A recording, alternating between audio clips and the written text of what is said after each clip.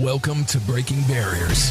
You know your path. We know the obstacles. And we can teach you how to tear them down.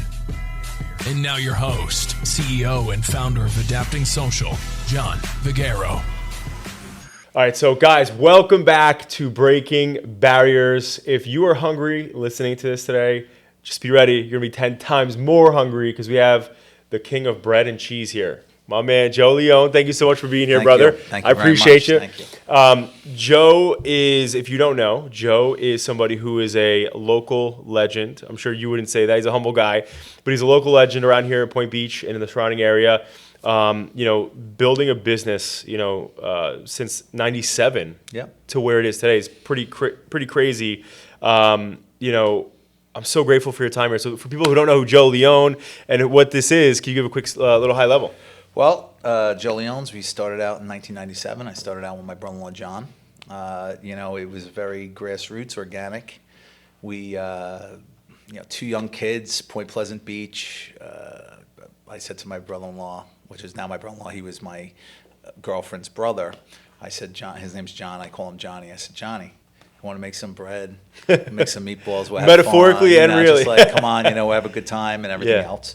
And I was very, very fortunate. My father-in-law, which is now deceased, he was an unbelievable supporter of me.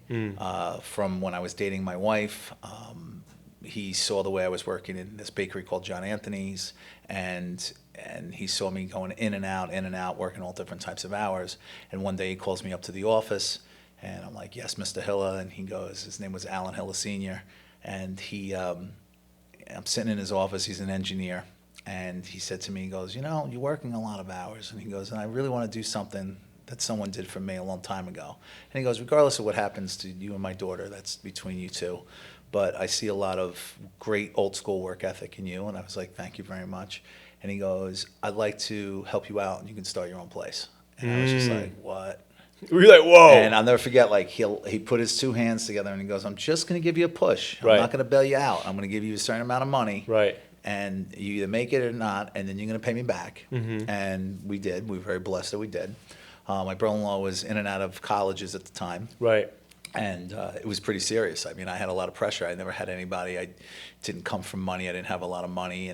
And I had my money saved that I put into the business. But right. he believed in you. A lot. He did believe in me, and I walked up to his son while he was helping me the night before, and I'm like, "Listen, this is really important.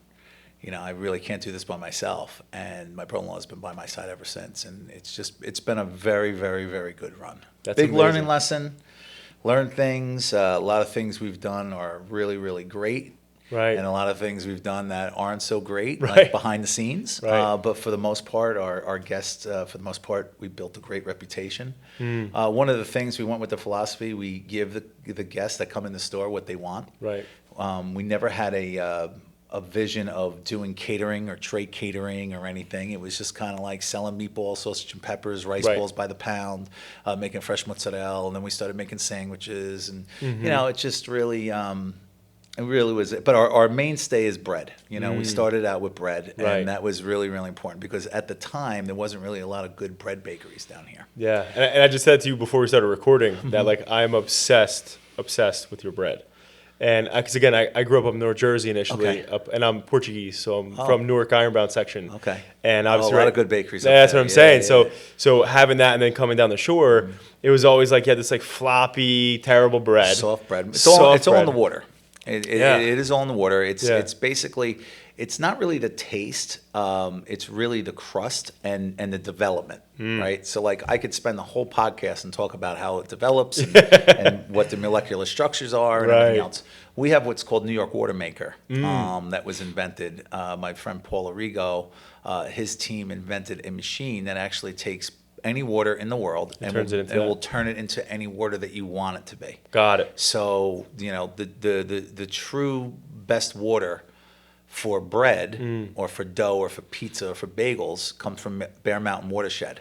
So we took the molecular structure, the softness, the alkalinity, and all the different minerals that were in there, and we have a resin tank, and we take water from Point Pleasant Beach. It goes through the water system, goes through the resin tank and Right. actually goes in and comes out the same exact structure Wow. of the water.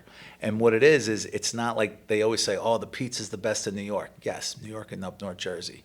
Newark water is excellent water. Good water, yeah. Because, Newark water, I mean, you had beer breweries. Anywhere you have beer breweries, you know the water's really good. 100% right. And what happens is when it comes to baking, where it's with rising dough and putting it in the oven, is the development of the crumb or the crust, and the molecular structure that's in the water helps with the performance of the dough. That's why we're able to put out a product here in Point Pleasant Beach, a product so good as our bread. Now, I'm not going to say our bread is better than up north. You have a lot of those brick ovens, especially like Texera's and Napadano's Bakery, Panama Right. Bakery, Calandria's. I mean, they're great. Yeah. They have the old brick ovens, but we take a lot of pride in our bread. Yeah, it's so good. If you guys are in the Thank you. local area, I would highly recommend. I mean, there's a lot of great stuff there, but I like my joke with my wife is, and she always hates when I say this, but I'm like, if I'm eating an Italian sandwich or any sort of sub, like I want a tooth to be chipped. Yeah, yeah. You know what I mean? Like I want a good. You want to rip crust. your gums. Exactly. And that's what the crust. If is it's all not about. happening, then I'm not liking it, right? And like that's always been my thing. So that's why, like at the end of the day, it's like, listen, like I'm not knocking anybody, obviously, with the sub sandwiches, sub shops, and stuff like that. There's some big sub shops. I'll just use it like a Subway as an example instead of Jersey Mike's. But like if you go to Subway's, like, and you get a sandwich, like the bread is so terrible, and like to me, the bread is everything. Obviously, you need good cold cuts. You want quality cold cuts, but the bread is so important. And you live locally, right? Yeah. So the next snowstorm, when we get at least like 5 or 6 inches of snow, Yeah. that's the best time to get bread. Really? Yes. Why is 'Cause that? It's cold humidity. And the cold humidity packs and the best crust comes out when it snows out. Taking a mental note that I'll never forget. I'm gonna be knocking on the door. Yeah. Joe, open. Calm down, it's good. But so there is a definite difference in the bread when it snows. right. So what I want to ask you is, I feel like you have such a like cult-like following, and like you have raving customers who love what you do. Like I know, obviously, because I live in Wall, and I'm going down 35 every morning, passing the location in Point Beach. And especially if it's like a holiday or something like that, you see people outside before you open. There's like a line outside. There's always people like right before you open that are just sitting there waiting to get in. Why do you think people are so obsessed, with what you do? I think it's a blessing. I know that a lot of people say cults, and a lot of people, I'm very fortunate that I have that popularity. I think one of the things that we really focus on is making you feel very special when you come in the store. What you're getting that day is important to us. And we want it to be the best it possibly can be. Right. You could see that on our social media. You could see the pictures, the work that gets involved. We really, really work hard to give a great experience. Yeah. And I think people thrive on that experience. Yeah, it's very professional too. That's the one thing I'll say. I remember the first time I ever stepped in there was my goodness, maybe it was like 2000, you were there in like 2016, right? 2017? Yeah, at the new location. Yeah, new we location. started at a very small location in the very beginning in 1997. Okay, yeah. And then now we built the store from scratch. Yeah, because I remember when I walked in the first time, it was really nice to see like people behind the counter had really nice, uniforms on. Everything feels very clean in there. Thank you. Very nice and friendly. Thank you very much. And so I remember like that first experience, because that makes a lasting impression. That's always now like, because again, you'll always think about the first time you went somewhere, and I remember my first experience. you're dealing very with nice. food. I always try to break this down to the team members. It's like so important to wear gloves. I don't wear gloves when I make fresh mozzarella, and also with bread, Right. because that's more the art of feeling things. But you got to make sure that your hands Clean. are always sanitized, always clean. Right. But with gloves, and you're putting food in someone's body. Right. It's not just about making it look good and taste good. You Right. got to make sure that your sanitation is there, and cleanliness is our most important. Right. One of our most important values of, Right. of what Joe Leone's is all about, because you can trust that our cleaning procedures are top notch. Yeah. We spend a lot of time on detail, making sure things are clean and sanitized. Yeah. Very and, important. and I'm like Thanks for recognizing that. Absolutely, yeah. I'm like an OCD freak, like in my like, house, in my office. And what I really enjoyed though was like when you walk into the store. Anytime I've been to pretty much I've only ever been to Point Beach, really. It's because it's right here for me. But anytime I'm in there, everything's lined up on the shelf real nice. Things are in order. You know, I like that stuff. Like that stuff for me goes a long way. At Joe Leone's, a lot of people call it Josie Day. At my house too, they call it Josie Day. I love that. Yeah, and, so you're the and same actually, way. my brother-in-law Johnny actually has that too. Josie D. He's always making the bottles right and straight and everything else. It's But important, you know. In business, you know, you can't, a lot of times where people get a little crazy, just my opinion, is the big details. Right. Everything's like, oh, it's going to be this, and we're going to be doing that, and we're going to be this revenue stream, and we're going to put this here. Right. It's the small details that make the big details important. I agree. And so for 28 years, we're always trying to tweak the details and to try to make things better each day and give a better experience. Yeah. And I think what the most rewarding thing is for me is exactly what you said, you know, the lines, you know, coming in the store, people batting down your doors to try to get in, the phones ringing, and the craziness of the holidays.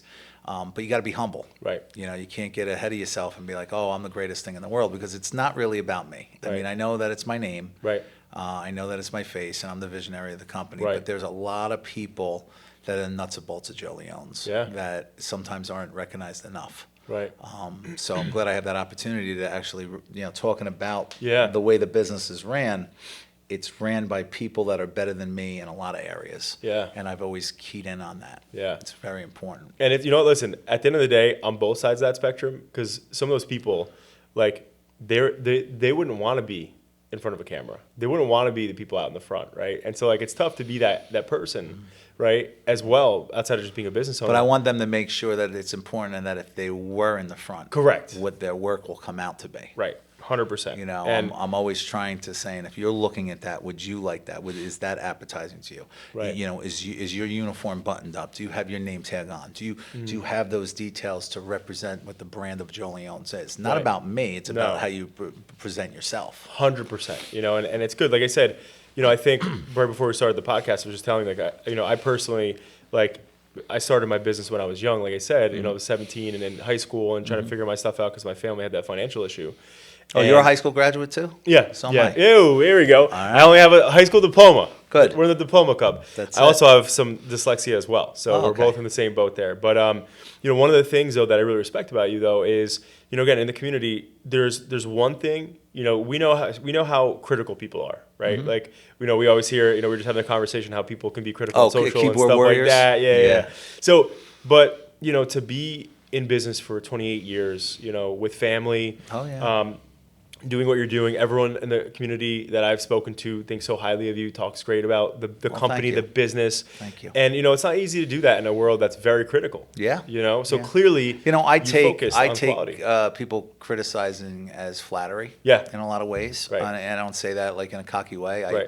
I look at it as a challenge. Right. I also look at it as the fact that we're not perfect. Yeah. And that there are going to be things that someone's not going to be happy with. I just wish maybe in these times people kind of went about it right. Totally Didn't do it behind a keyboard or be old school and come down to the store and talk to me or give a call or do a private message and put it on instead of putting on a big social platform, because we are, you know, we're dealing with food. Food isn't a perfect thing, and sometimes things go spoiled, and sometimes team members are having a bad day and they might give you bad service or they might say something, and sometimes people are to the extreme about it, and I always like to fix it. That's really important for me to fix what's going on. Give me the opportunity to fix something, and you'll. But it also humbles me too, of saying to myself that, you know, there's been many a times where I got reviewed, or maybe something that I said was wrong, or something that I handled was wrong, either internally with a team member or externally with a customer. You know, it kind of keeps you on the toes. You can't get complacent and have all accolades either. No, right. You know? And you know, listen, at the end of the day, like, people are going to be critical, right? And we can't change them. Well, especially like, which is you know, pain, like if you look at Joe Leone's, and I say this to all our team members, you know, people need to eat. Yeah. And we're in a great business because we'll always have work. I'll always have work. If anything ever happened to Joe Leone's, I will always be able to provide for my family because I have a trade that I know how to cook and I know how to bake. Right. Okay. People know how, you know, people have to eat and drink. Right.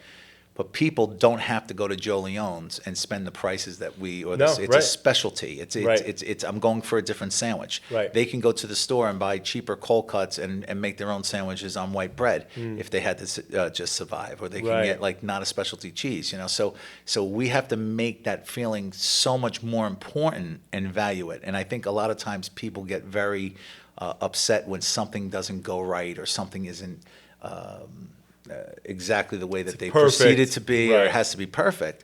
And then there's also people that really haven't really accomplished much in their life, and they sit behind the computer and they talk and they get jealous and Right. and they want to be something that they're not, or Right. it could have been a past team member that maybe had a bad experience, Yeah. or it could have been, you know, someone that I don't know. Right. You know, and sometimes, so like I don't really obsess on that, and you my can't. my marketing director sometimes gets a little amped up about it. Right. But I say calm down, and you don't know where it's coming from. Right. You know? Totally. And you know what? We had a conversation previous to this on another podcast. We were saying how, you know, you don't know what people are going through. No, right? you don't. And, you know, at the end of the day, it's like my ask for anybody listening to this and watching this is like when you're upset with a small business, like if you go back to the owner or if you write an email, right, and you're upset about the experience, 9 out of 10 times, the small business owner Yeah, is let us going to fix want to it. do right. Let us right? fix Like it. this is not like Applebee's or some sort of corporate, you know, not against them, but it's like this is not a corporate company where like the feelings are so far removed. It's like this is like what you do. This is your life. What I do. This is my life. Right? Like this is our life. Not just livelihood, And but that's our life. that's when some of the things sometimes where it gets a little out of hand. Right. With a lot of the people that do the reviews and do what they think. It's Right. like your opinion is an opinion, Right. and sometimes that opinion can be taken wrong Right. from someone that's reading it, and affects your business. And that's it affects your the life. person's It affects business. your So life. sometimes I just like to give me a chance to fix it, and if I can Yeah. try to fix it, if I can't fix it, I'll Right. tell you if I can't fix Right. it. Give small business owners the chance to fix it is the key here though. That's all I would say. So, you know, and on that I got to ask you. So what's your favorite cheese that you guys have? You have a favorite? Oh, our mozzarella. Yeah. Yeah, our So mozzarella. now, And but what about and specialty?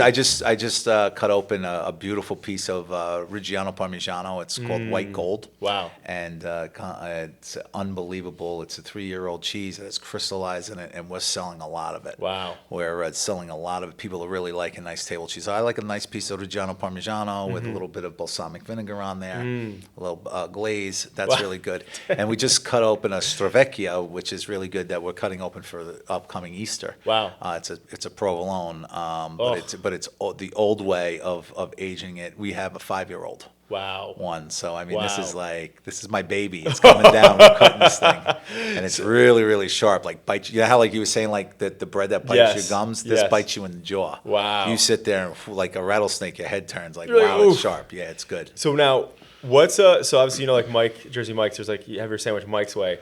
If you're about to have a sandwich, what's Joe's way? Like how do you make your own sandwich? What's in your sandwich? You know, I've been very blessed that I've been over to Italy a lot, Yeah. and I've learned some different things, Yeah. different ways of sandwiches. See, I have a different take on sandwiches, and a lot of the team members, if I order a sandwich or they make a sandwich or something for me, I always like it really thin. I like a thinner layer. I don't like the big Super thickness thick, on okay. there. But a lot of the American way is doing. If I go to Jersey Mike's, I get a Mike's Yeah, way. yeah. That's a totally different. That's a sub. That's a sub, You know, right. we make sandwiches. Correct. Right. So, Very and I have a different. lot of respect for all the guys over there, Ken Crow and Mike Manzo and Yeah. Hoyt. And all. They're Talk about that wonderful exit guys. recently though, right? Did you see that? Yeah, it was excellent. And Peter, God bless him. Peter deserves it. God Absolutely. bless him. All those guys deserve it. Worked Talk their about tails building. off. Talk about building, surrounding yourself with great people around you. Right. Peter was a good a person that actually fulfilled that. Wow. But Yeah. but back to the sandwich. Yeah. So what's the Joe's way? What's the Joe's way? The Joe's way. Yeah, I don't know if what's it's the my Joe's way? way. So I like arugula because it has a nice peppery taste Yep. to it, right? And then I put a little bit of arugula, a little bit of balsamic with the sweetness, a little balsamic Yep. glaze. And then what I like to do is now that the nice weather's come in the summer, take some nice fresh fruit. I like to take a little bit of figs. Okay. And then I put some prosciutto on there, so you have the salty, the sweet, and the fig taste, and then you just put that into a sandwich. It's delicious. My God. You know, but That sounds an amazing. everyday sandwich for me Right. is a little hot sopressata, very thin, mozzarella, and a nice piece of sweet roasted pepper on there with olive oil and salt and pepper. No prosciutto on that? No, and just the super sada and on seeded semolina. Wow. That's my go-to. That's Wow. my. Dude, I'm dying. dying. As we say in Italian, I am dying. as we say in Italian, oliche, a taste for something. That's something that I would go to. But if I got some fresh figs or something, Yeah. or put a little Reggiano Parmigiano on Right. that with the figs and the prosciutto and Right. with the, oh yeah, My next thing is Andiamo. We're out of here. Andiamo, we're Let's out. go to the store. Oh God. But that sounds amazing. And so, like, over the years, like, what has been one of the biggest challenges that as a business owner? Because like you said, like, you have dyslexia, you have a high school diploma, you're building this thing, you have 200 employees, plus you have over 1,500 people work for you over the years. Somebody who didn't go to college and whatever else, like, what has been some of your big challenges that you faced? In It's that a lot regard? of things of like accepting things. When you start a business, automatically you become the administrator, you become the spokesperson, you become the face, you become the person that makes the decisions when things go wrong. You gotta kind of fix things. Sometimes you got to make your payroll when things are a little light. And, and Right. we've had some curveballs. We've had COVID. We've had Superstorm Sandy. Right. There's been some hurdles, but that strengthens a business. Yeah. But like I said, you have to surround yourself sort of a lot like Peter did. You have to surround yourself with people that are better than you, and you Right. have to humble yourself and take a step back. When my brother-in-law bought into partnership into Joe Leone's, he said to me, he's like, Joe, why are we paying people Right. more than what we're making? Right. It doesn't make sense. We're the owners. And I said, but it does make sense because they have a lot more responsibility than we do. Right. We don't have any kids. We're not married. We're building the business. Right. And and those people have what we don't have Right. is all that responsibility and the experience. Right. So we need to key into the experience, and then we'll get our way to growing the We'll business. build, money will But come. one of the biggest hassles is building relationships with team members. Yeah. One of my biggest things that I realized as I matured and grew up is that because you work so many hours and you work so much with people, you start becoming friends with them. Right. And sometimes some, not all, but some can take advantage of that. And you're a nice person. They take That makes it advantage very of that. difficult. It makes it very difficult. It's like one day you're friendly, and the next thing you have to be that way. Yeah. I think that bit me in the butt quite a few times. Me too. I think I love to trust people and have a really good. I always used to think with my stomach. Yeah. And sometimes a lot of people would come and portray themselves to be better than they are, the more educated they are, and sometimes you feel a little intimidated. Right. Because like here, I'm a high school graduate. Right, and then I'm getting intimidated. I have a master's degree in business and culinary arts, and I know this and I know that, and and then you give them free reign at stuff, and then at the end of the day, they start disappointing you. And you're like, what the heck's going on They start here? telling you how to lead the company, and it gets hard. And then you throw another wrench in there, and you think, oh, I'm going to get consultants. Right. They'll fix the problem. Now I consult, but I consult in bread. Right. And artisan breads, Got it. right? So I bring in consultants where like more operations and more business operations. and- So like Didier Rosada, no. Well, Didier Rosada is a master baker. He comes in and tweaks our bread, and then I'll have a couple cheese specialists come in and show me different things, or like I'll bring a couple chefs in and show me different types of stuff from Italy and stuff. Those consultants are good, the hands-on consultants, Right, because that's The your ones product. Where, That's the your ones product. where it's a land that I don't understand as much is like that whole, and you need it because you grow the structure and the human resources and making everyone go up and not be Right. bulldozing over things. And, I haven't been officially trained to be an administrator, Right. Right. and I haven't been. Well, not even a administrator, maybe more so like even like a manager or a trainer, Yeah. or things like that. Like that's my Achilles heel, man. Is like training people. I suck at that. Right. I'm good at training people and teaching people. Right. But carrying through with training, that is a little bit. Yeah. It's hard for me. Yeah, I stink at that So so bad. we're going into our 28th year, and we just installed our first COO of the company. Congrats on that. And I'm happy. I'm excited about it. Yeah. But it's sometimes some of the team members, they don't know how to take it. They don't know this person's personality. Another new and person? stuff like, What is what's this? going on? And Right. we've tried general managers, operations directors, all different types of stuff. And we seem to have the same problem over and over again. And one of the things where my brother-in-law John and I, sometimes our communication skills aren't the best. We have a very, very tight partnership, but our Right. communication skills and sometimes team members would manipulate that a little bit and say, well, John said this and Joe said that and this and that. So we streamlined it this year, coming into 2025. Through the ops guy? Where you have COO answers to John and myself, everyone answers to him, Right. or that position, Right. and then we go from there. Yeah. And we're going to try something a little different because you have to realize in yourself to say, okay, yeah, I'm Joe Leone, I'm the owner of the company, but I'm good, and I have to key what I'm good at. Right. From what Right. people tell me, I'm a good baker, tell me I'm a good cheesemaker, then I'm a good chef. Right. That's what people tell me that I'm Right. good at, and I'm also good at giving that welcoming experience to the guest. Right. So all that time that I take away Right. doing all managerial stuff and operational stuff, and I don't make good decisions. It's not your superpower. It's not my forte. Yeah. Yeah. But I hope and I think and you try to put the right people in the right place. Yeah. So it's interesting. I mean, this new administration's talking a lot about common sense stuff, right? And that's a lot. It's talked about a lot.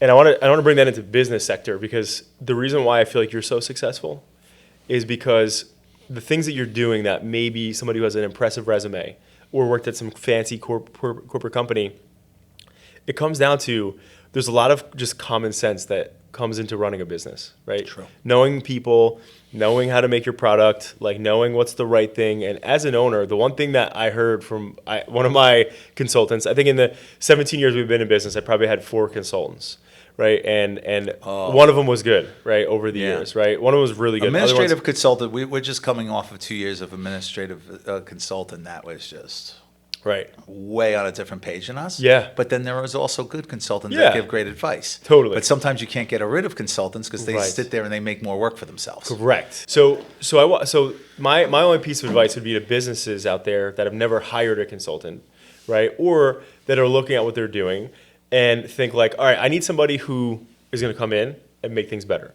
So one of my executive coach, I think a coach is a lot different than a consultant. Mm-hmm. Like I had an executive coach for almost like 7 or 8 years now. And he like helps me understand and think differently. And I remember he said to me, he goes, because there was this one person who had this really impressive, like Fortune. They worked at like a Fortune 50 company, right? And I brought them in. I was like, I'm going to spend a boatload of money on this because it's worth it. This is like my business. I'm going to do it. And so every year we have this leadership summit where I bring my team into a room, all my executives and leadership teams, and I it's almost like a hostage situation, right? We go into our conference room.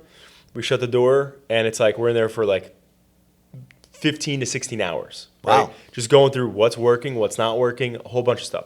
So this fancy consultant came in, right? And by hour 8, right, my executive coach, when we were on like a lunch break, was like, dude, listen, you have to understand, when you are the person who birthed this business, right, no one's going to understand this business like the person who birthed it or the people who birthed it, right? Absolutely. And so these people are coming in and they don't understand the your passion for the clients, your passion for your team, why you're paying these people more than you make and stuff. They don't understand those things, right? It's just numbers, logistics, and things that they don't get. And so I remember I sat down in this meeting and I realized that it's like people can be really fancy and have really cool experiences and have really cool titles and whatever. But when you look at some of the most successful businesses on the planet, whether that be Amazon or Apple or whatever, like Steve Jobs lost, he got voted out of his own company, right? Mm-hmm. And this guy with this fancy resume, who came from Pepsi, Coca-Cola, whatever it was, they were like, this guy's going to take this thing to the moon. But the dude who birthed the business got kicked out, and they failed. And then they brought him back because he was the one who birthed the business. So all I'm saying is at the end of the day, like there's that thing that nobody will ever know your business the way you know it. And the only thing, for people that are thinking about consultants, you have to vet that consultant. Totally. You have to. Who have you worked with? What is it like? What is it like? What is this person like? This one person one time came in as an executive coach. Yeah. And then that turned into, let me show you this way, and I'm going to show you this way, and just made a whole shitstorm out of my whole company. And it was like really hard to take back. And it's like actually took me 8 months to actually get things to kind of go into this right direction.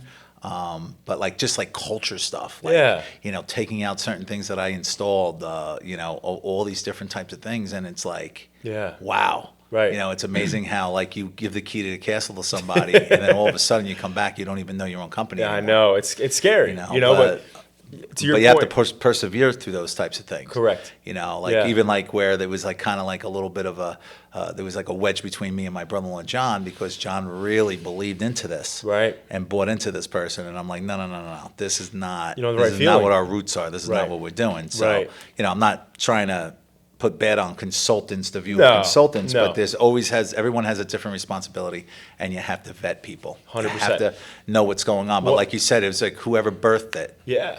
You got to go back to your roots. They'll never understand it. And that's why when you think about businesses who have opened and shut down that are in your space in the past 28 years you've been around, sure, a lot of times you'll notice businesses like that are the ones where there's an absentee founder, right, who started it, and started doing well, and then they're like, I'm just going to collect my checks and let this go. That's typically what happens. Or if they sell, and then again, the person who birthed the business is not around or doesn't see stuff. Like, again, like that's the one thing. Well, that's what the focus is now going in, because a lot of times for a lot of years I'd have guests say, Joe, I haven't seen you. Well, Joe, I've been in the store. I haven't seen you in a long time, and everything else like that. And I'm saying to myself, I'm listening to the people and being like, okay, well, some of the people want me out there, right? But I'm dealing with like human You're resource running a company, issues where I have a human resource director and I have this person and that person, and I'm like, you know what? We need to just streamline this out. Yeah. So I've been really happy. It's been about 2.5 weeks. Yeah. I've been spending 40 hours in both of my stores. I've been taking care of customers, doing the old work and cooking product. I mean, this COO has everything all planned out for me, all the ingredients. I can go in and teach the team how to make different dishes, and then I go about my day. Yeah.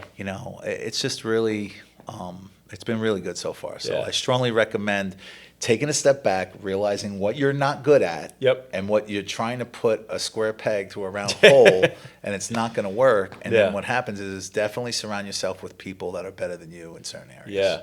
Honestly, I love that. And the one thing I'll share too, I don't know about you, but one of the things that I think about and I freaking cringe, man, is like the early days when I had we were a small team at some point of like 10 or 15 people. And I'm somebody who I love to motivate myself. I wake up, and I try to be positive, and I try to look at what challenges I got to face. I'm going to hit them head on, what I got to do. So I grew up, again, I was a young kid, so I was really motivated by like Tony Robbins, like Steve Jobs. And so when I used to have all hands meetings every morning. So my whole team would come into the conference room, we'd sit down, and I'd be like this rah-rah freaking like, let's go, we're going to crush today, whatever, right? Yeah. But when I started to notice though, like I love that, right? Like I'm like, I want someone to help me lift my energy up so I can get going. But as the team grew to like 20, 30, I would sit there and I would see people looking at me like, this guy's fucking corny, right? Like, and they wouldn't get motivated by that. And I would take it personally. I'm like, what's wrong with you? Why are you in a bad mood? And then you start going down. Right. And I'm like, they're like, I'm not in a bad mood. That's why like some things, like I wasn't happy. And I'm really blessed that I have a brother-in-law that was a little open-minded of like, listen, we need to know what we're good at. Yeah. And stay in that lane. Yeah. And it's and that's I haven't been more happier in the last 2 weeks with this. It's been working so far now. That's amazing. But I mean, like, you had, sometimes you had people, a general manager or something like that, and be like, oh, I'm running your business. Yeah. I'm like, oh, you're running my business. I'm like, so like when we can't make payroll, like you gonna tell me how to run my business? Right. So like that air of cockiness sometimes that comes with the overeducated. Right. And not more life skills. Correct. It just becomes more of like, or hands-on skills, and it becomes, I've done this, I've done that, I've done that, Mm-hmm. And that's the thing though too, Joe, is that like I had to have that self-awareness. You said square peg, round hole. I had to have that self-awareness that like what motivates me is not going to motivate my entire team. Right? It's like very different. Everyone gets motivated by different things, right? Like some people, like if you're in a different, like this is the thing that like I feel for my wife, and I also feel for like my leadership team especially. But like I'm the person where if things are really tough and you come to me, even you now, like if we ever have a situation where you're like, hey, blah blah blah happened, and you're in a difficult situation, you call me, I'm like a forever optimist. Like nobody's gonna come to me and be like, dude, I'm so sorry, bro. Like because when life kicks you in the what's, that's an opportunity, right? Like you said it perfectly. You said if somebody hits me with some tough feedback, I take it as a challenge. And I think that's what life does to you. Life is, especially in business, so when somebody comes to me with a difficult task or a difficult thing, I'm not like the sympathy, oh my, I'm so sorry.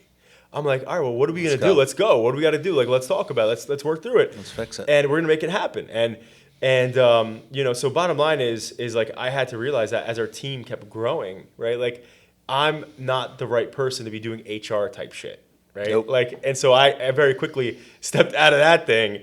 Probably I think I stepped out. So I'll say I joke around my team, my executive team, Chris and Megan.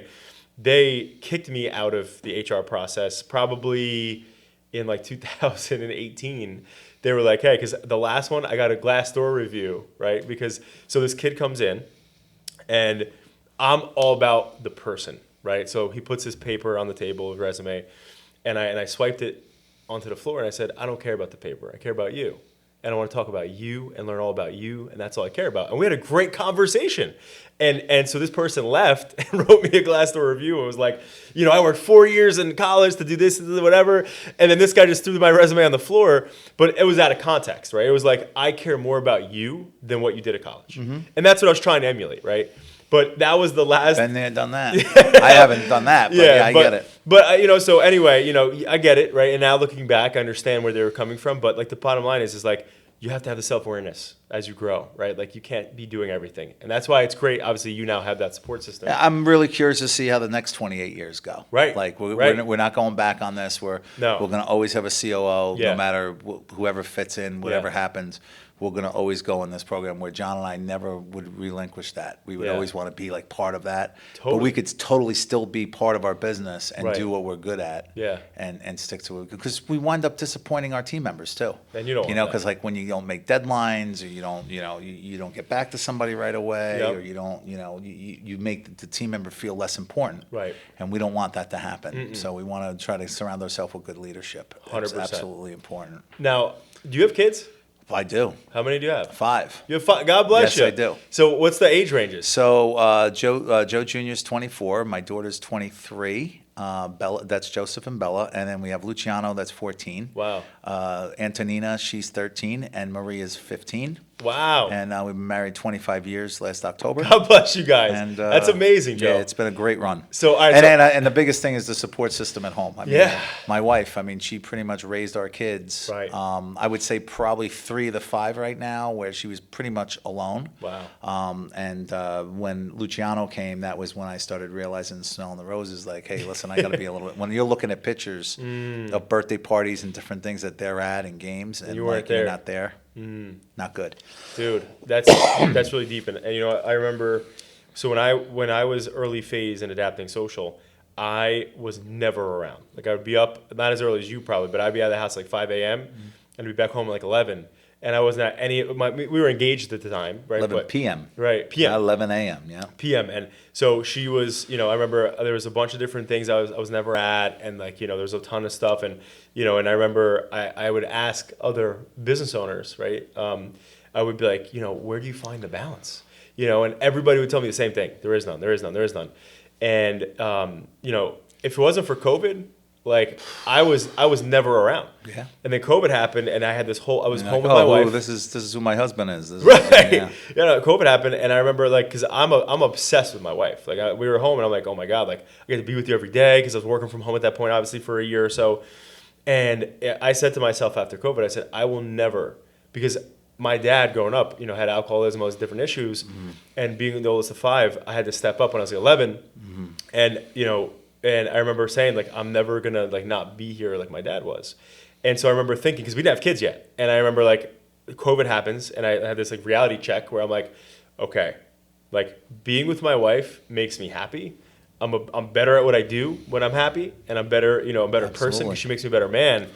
And so then I was like, all right, well, because I also want to have kids, right? And so my big, roundabout way of asking is like, so when you smelled the roses, right?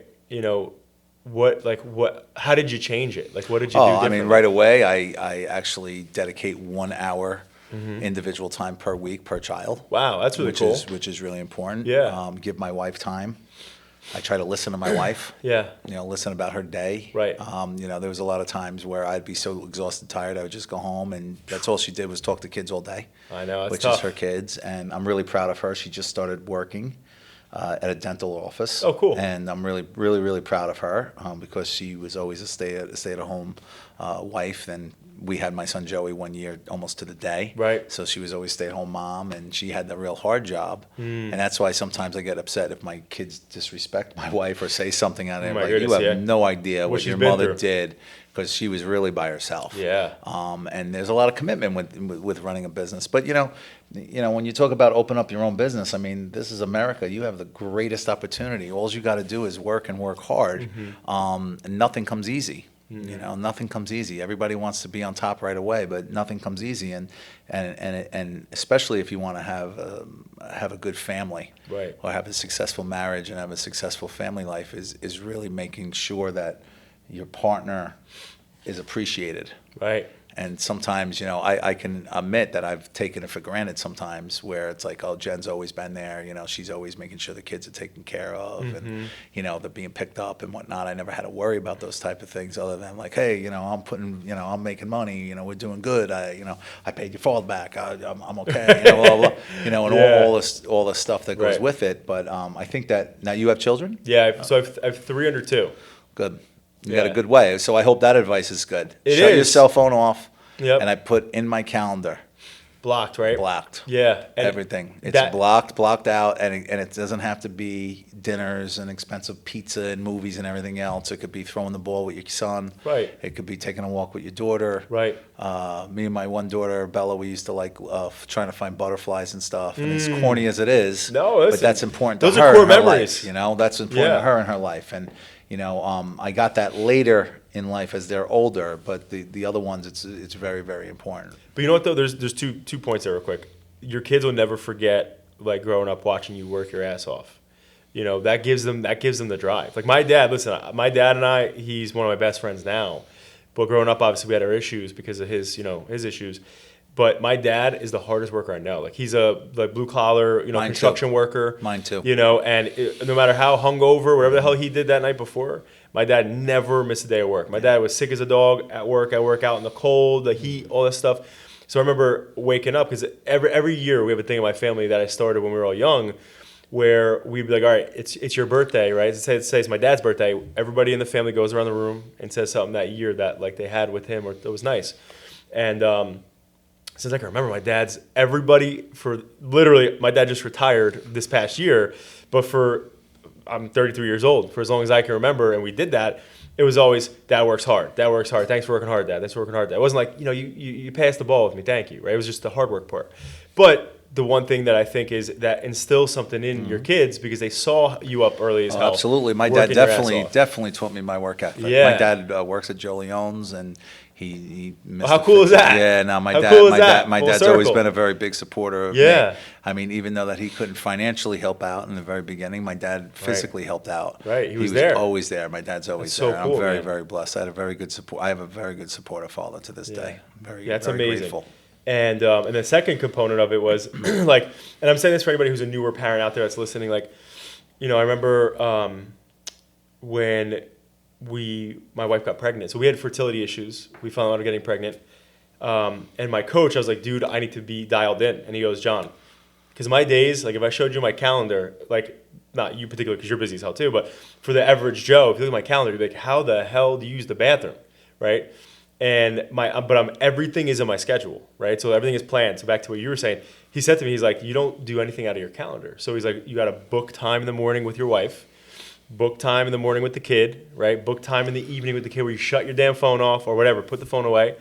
You doing it? Yeah. And listen, there are days, I'm not going to lie to you, there are days where stuff's going on and I got to pull that phone up. But for the most part, I do follow it, right? And so, but like that was helpful for me. And I was going to It's hard.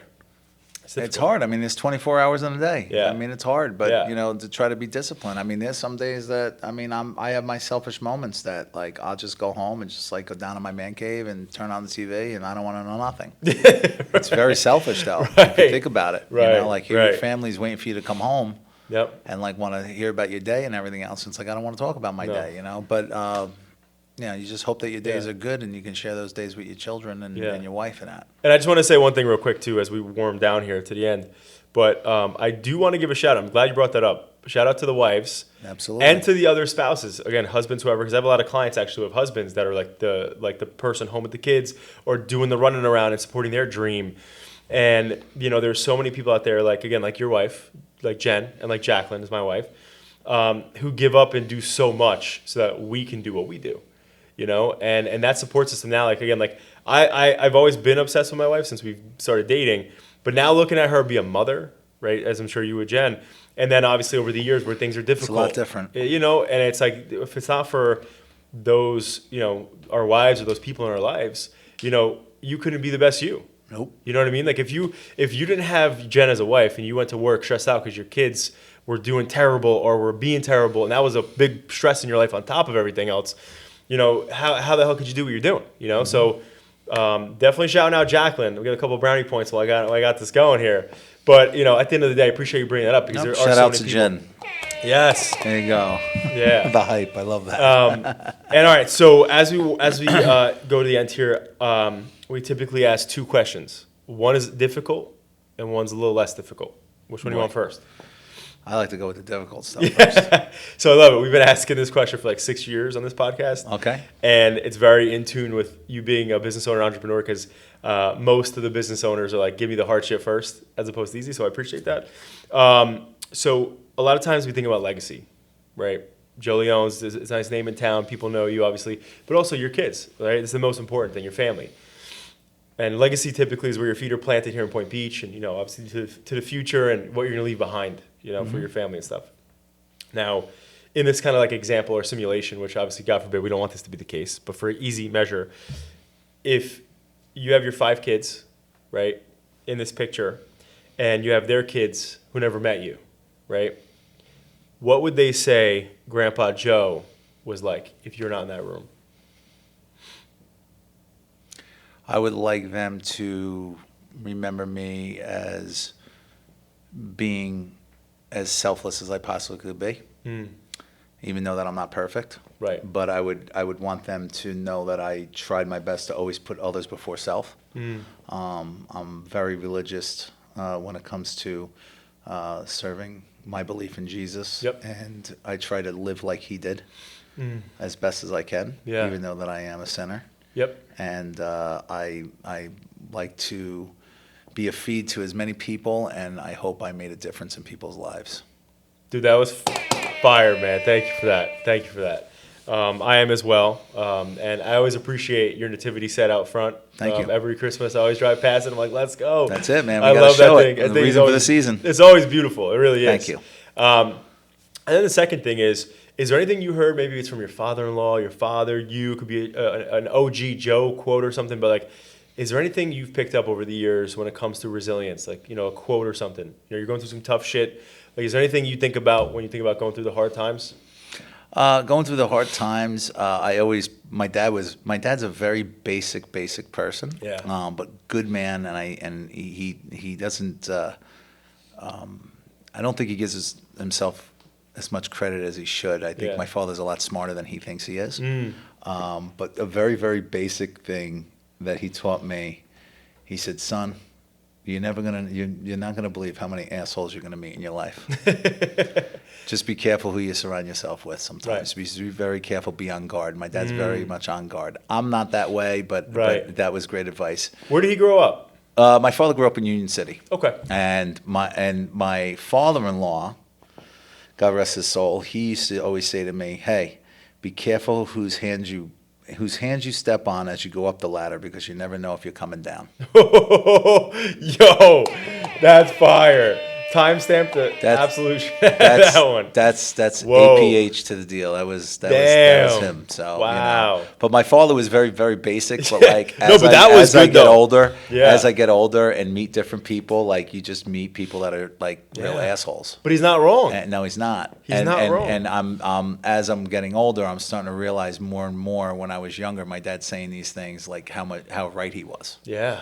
or how right he is. Currently, yeah. But he doesn't really push it. But Wow. he just told me, he was like, you're gonna meet a lot, Right. and just be careful. Are you a junior? Is he Joe? No, he's Ralph. Ralph.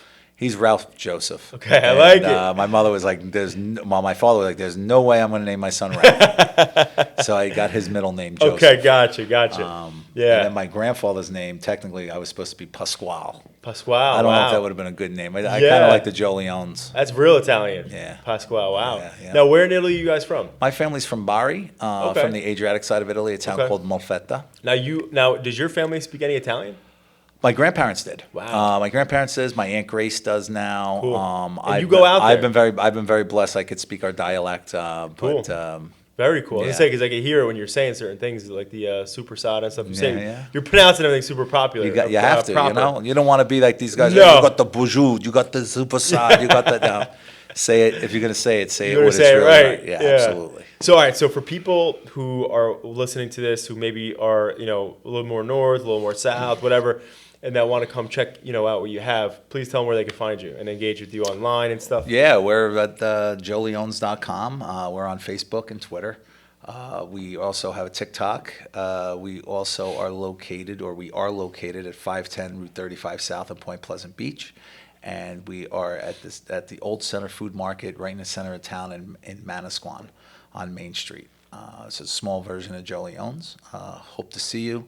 Come down for our nativity set. Come see that. That's at always Christmas great. Here. It's a nativity prayer. Yeah. And thank you so much for having me. I Hey, appreciate it. Thank you. And I just want to say one thing for people that are watching this.